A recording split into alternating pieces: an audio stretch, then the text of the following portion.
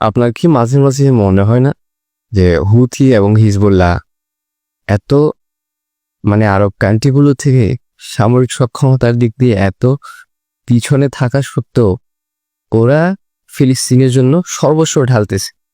এমনকি Houthi US এর মতো দেশের সাথে লড়াই করতেছে ফিলিস্তিনের জন্য। তারা তাদের সর্বস্ব ঢালতেছে, বড় বড় ঝুঁকি নিতেছে, যেখানে আরব ওয়ালারা ইসরায়েলের সামরিক হস্তক্ষেপ তো দূরের কথা, গাজার জন্য ওরা ত্রাণ পর্যন্ত পাঠাইতে পারতেছে না। ইসরায়েলকে এতটা ভয় পায় ওরা। তো এখানে শুধু ভয়ের ইস্যু না, আরো অনেক ইস্যু আছে। কেন ওরা ইসরায়েলকে এতটা ভয় পায় এটা আজকে এক্সপ্লেন করার চেষ্টা করব। যেহেতু এটা আমার ফার্স্ট ভিডিওর কোয়ালিটি একটু খারাপ হইতে পারে, ভয়েস কোয়ালিটি খারাপ হইতে পারে, প্রেজেন্টেশন খারাপ হইতে পারে, এর জন্য আমি আন্তরিকভাবে দুঃখিত না। তো চলেন শুরু করা যাক। হুথিরা ইয়েমেনের একটি বিদ্রোহী গোষ্ঠী, যারা কোনো রাষ্ট্রের আনুষ্ঠানিক সেনাবাহিনী নয়। তারা নিজেদের মুক্তিকামী বিদ্রোহী গোষ্ঠী হিসেবে উপস্থাপন করে। যেহেতু তারা সাথী, সেহেতু তারা আন্তর্জাতিক কূটনীতি ও নিষেধাজ্ঞা বলয়ের বাইরে অবস্থান করে। ফলে আরব দেশগুলির মতো আন্তর্জাতিক রাজনৈতিক ও অর্থনৈতিক জটিলতা নিয়ে ভাবতে হয় না। দ্বিতীয়ত, হিজবুল্লাহ ও হুথিদের মতো স্বাধীন সশস্ত্র গোষ্ঠী। তারাও আন্তর্জাতিক নীতিটির তোয়াক্কা করে না, তাই তারা স্বাধীনভাবে সিদ্ধান্ত নিতে পারে।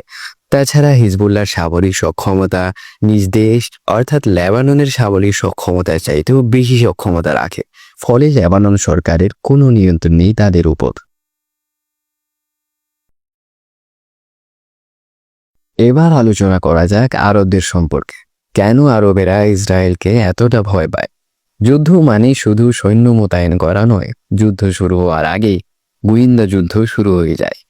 আরব দেশগুলো যদি ইসরায়েলের বিরুদ্ধে কোনো সামরিক পদক্ষেপ নিতে চায়, তাহলে সেটা বাস্তবে কার্যকর করা খুবই কঠিন, কারণ এই অঞ্চল গোয়েন্দাদের জন্য যেন এক উন্মুক্ত বই।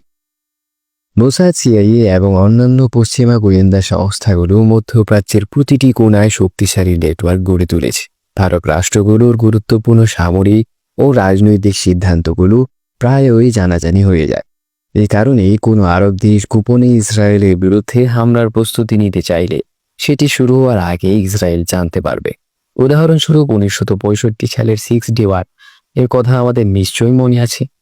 মিশর, সিরিয়া, জর্ডানকে ইসরায়েল 6 দিনের মধ্যেই হারিয়ে দেয়। মোসাদ ও অন্যান্য গোয়েন্দা সংস্থাগুলো সাইবার গোয়েন্দা বৃত্তিতে ব্যাপক পারদর্শী। পেজার বিস্ফোরণের সেই ভয়ঙ্কর দিনের কথা নিশ্চয়ই মনে আছে। ফলস্বরূপ ইলেকট্রিক সামগ্রীর প্রতি ভীতি তৈরি হয়েছিল লেবানন বাসিন্দাদের। সামরিক পরিকল্পনা ও কৌশলগত আলোচনা ইন্টারনেট সার্ভারেও গোপন থাকে না। অনেক সময় গোপন সামরিক বৈঠকগুলোর কথোপকথনও আগেই সংগ্রহ করে ফেলে তারা।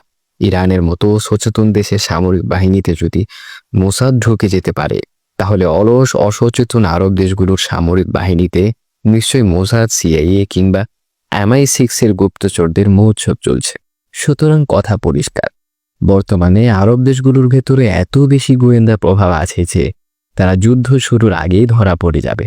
অতীতেও এরকম বহুবার ঘটেছে, যেখানে সামরিক পদক্ষেপ নেওয়ার আগেই পরিকল্পনা ফাঁস হয়ে গিয়েছে। যুদ্ধে যদি আপনি প্রতিপক্ষের চাইতে বেশি শক্তিশালী হন, কিন্তু আপনার সামরিক সক্ষমতা, সামরিক কর্মকৌশল অথবা গুরুত্বপূর্ণ পদক্ষেপ সম্পর্কে প্রতিপক্ষ ওয়াকিবহাল থাকে, তাহলে আপনার হোংমাং এর ফুল মিনিং যদি আপনার জানা না থাকে, তাহলে মান্না ভাই থেকে শিখে নিন। ধন্যবাদ। সুতরাং মধ্যপ্রাচ্যের রাজনীতিতে বাস্তবতা হলো যুদ্ধের মাঠে নামার আগেই ইসরায়েল ও তার মিত্ররা সবকিছু জেনে বসে থাকবে। এই কারণেই আরব দেশগুলোর ভবিষ্যতে ইসরায়েলের সামরিক হস্তক্ষেপের ইচ্ছা হলেও কাজে নামার আগে 100 বার চিন্তা করার বদলে 200 বার চিন্তা করতে হবে। যদি আরব দেশগুলো ইসরায়েলের বিরুদ্ধে সামরিক পদক্ষেপ নিয়েও নেয়, তাহলে আমেরিকা ওই রূপ চুপ করে বসে থাকবে না, তাতে কোনো সন্দেহ নেই। এই হস্তক্ষেপ সামরিক, অর্থনৈতিক এবং কূটনৈতিক 3 ভাবেই হতে পারে। ইসরায়েল পশ্চিমাদের, বিশেষ করে মার্কিন যুক্তরাষ্ট্রের মধ্যপ্রাচ্যের প্রধান কৌশলগত অংশীদার। দেশটি শুধু একটি মিত্র নয়, বরং এটি আমেরিকার মধ্যপ্রাচ্যের সবচেয়ে বড় সামরিক ঘাঁটি ও গোয়েন্দা কার্যক্রমের কেন্দ্রবিন্দু। যে কোনো আরব দেশ যদি ইসরায়েলের বিরুদ্ধে যুদ্ধ ঘোষণা করে, তবে যুক্তরাষ্ট্র যে সরাসরি সামরিক সহযোগিতা প্রদান করবে তাতে কোনো সন্দেহ নেই। এর মধ্যে থাকতে পারে ইসরায়েলে সামরিক সরঞ্জাম ও অস্ত্র সরবরাহ বৃদ্ধি করা, মধ্যপ্রাচ্যে মার্কিন সেনাবাহিনী মোতায়েন করা এবং ইসরায়েলের আকাশ প্রতিরক্ষা ব্যবস্থা আরও শক্তিশালী করা। দ্বিতীয়ত, ইউরোপের বেশিরভাগ দেশ ইসরায়েলের সাথে কূটনৈতিক ও বাণিজ্যিক সম্পর্ক বজায় রাখে। ইসরায়েলের উপর কোনো বড় সামরিক হামলা হলে তারা আরবদের মতো নিষ্ক্রিয় হয়ে বসে থাকবে না, যেমনটা আরবেরা গাজার বেলায় করে, বরং সরাসরি সামরিক ও অর্থনৈতিক পদক্ষেপ নেবে, বিশেষ করে ন্যাটো সামরিক জোটের ভয়। যদিও ইসরায়েল ন্যাটো জোটের অন্তর্ভুক্ত নয়, তবুও এটা নিশ্চিত যে ইসরায়েলের উপর কোনো জোট শক্তি সামরিক হস্তক্ষেপ করলে সেখানে নেটোও জড়িয়ে পড়বে, তাতে কোনো সন্দেহ নেই। মধ্যপ্রাচ্যের রাজতান্ত্রিক শাসক গোষ্ঠী যুগ যুগ ধরে ক্ষমতায় টিকে থাকলেও তাদের অবস্থান আসলে অনেকটাই নড়বড়ে। বাহ্যিকভাবে তারা শক্তিশালী মনে হলেও আন্তর্জাতিক ও অভ্যন্তরীণ বিভিন্ন শক্তি তাদের ক্ষমতা ধরে রাখার ক্ষেত্রে গুরুত্বপূর্ণ ভূমিকা পালন করে আসছে। বিশেষ করে পশ্চিমা বিশ্ব এবং তাদের গোয়েন্দা সংস্থাগুলো যেমন সিআইএ এবং মোসাদ মধ্যপ্রাচ্যের রাজতন্ত্রগুলোকে নিয়ন্ত্রণ করে রেখেছে। তাই যদি কোনো আরব নেতা ইসরায়েলের বিরুদ্ধে সামান্যতম অসহযোগিতাও প্রকাশ করে, তাহলে তার পরিণতি কতটা ভয়াবহ হতে পারে তা মিশরের মুরসি সরকারের করুণ পরিণতি থেকে উপলব্ধি করা যায়। আরব নেতারা ভালো করেই জানেন তাদের রাজ্য টিকিয়ে রাখতে হলে পশ্চিমাদের ইচ্ছার বিরুদ্ধে যাওয়া যাবে না। তাই ইসরায়েলের বিরুদ্ধে কোনো অবস্থান নিলে তা সরাসরি পশ্চিমা বিশ্বের স্বার্থের উপর আঘাত হানবে, যা তাদের জন্য চরম ঝুঁকিপূর্ণ হয়ে উঠবে। তাছাড়া মধ্যপ্রাচ্যের রাজতন্ত্রগুলোতে পশ্চিমা গোয়েন্দা সংস্থাগুলোর গভীর প্রভাব রয়েছে।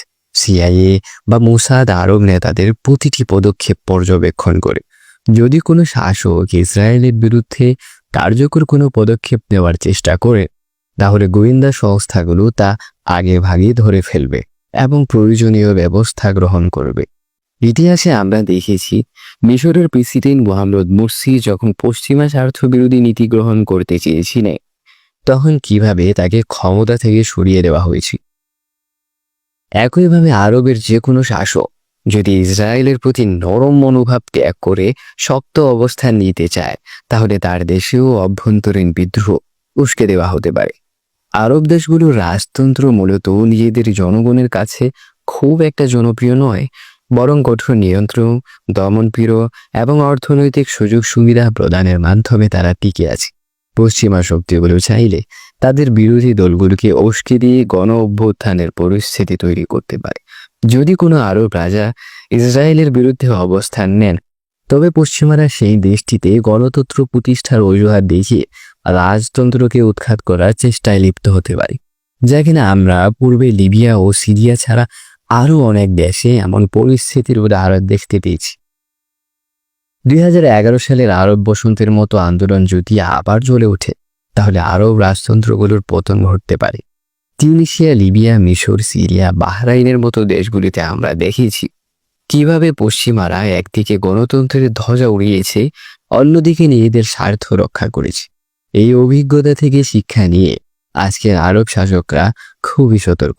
তারা জানেন ইসরায়েলের প্রতি সামান্য অসহযোগিতাও শেষ পর্যন্ত তাদের ক্ষমতা হারানোর কারণ হতে পারে। মধ্যপ্রাচ্যের রাজতান্ত্রিক শাসকরা ইসরায়েলের বিরুদ্ধে খোলাখুলিভাবে কোনো পদক্ষেপ নিতে চান না, কারণ তারা জানেন সামান্য অসহযোগিতার ইঙ্গিত দিলে তাদের গদি টলমল হতে পারে। পশ্চিমাদের সমর্থন ছাড়া তারা টিকে থাকতে পারবে না এবং গোয়েন্দা সংস্থাগুলো সব সময় তাদের গতিবিধি নজরদারিতে রাখে।